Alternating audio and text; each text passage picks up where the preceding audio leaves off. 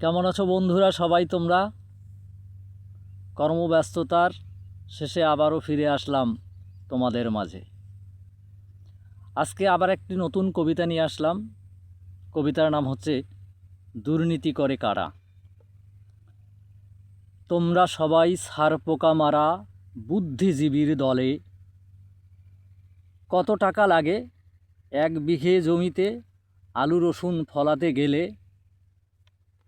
তোমরা বলো যে সব কথা সাংবাদিক সম্মেলন করে।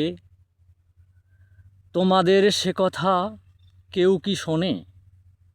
সম্মেলনে বলেছ তোমরা যে সারের দামের কথা। তোমার বাপ সেই দামে সার কিনেছে ক বস্তা? রসুন পেঁয়াজ আর কাঁচামরিচ যায় রে যদি দামে চড়া, তখন তোমরা মিডিয়া মাতাও রাত দিন ভরা। এখন যে সারের দাম বেশি, ফসলের দাম পড়া, এখন কোনো মিডিয়া আসে না ছারপোকা মারা বুদ্ধিজীবীরা। দুদিন আগে পালন করলাম দুর্নীতি মুক্ত দেশ গড়ব মোরা। ভেবে বলুন, দুর্নীতি করে কৃষক মজুর নাকি শহরের প্যান পরা বাবুরা?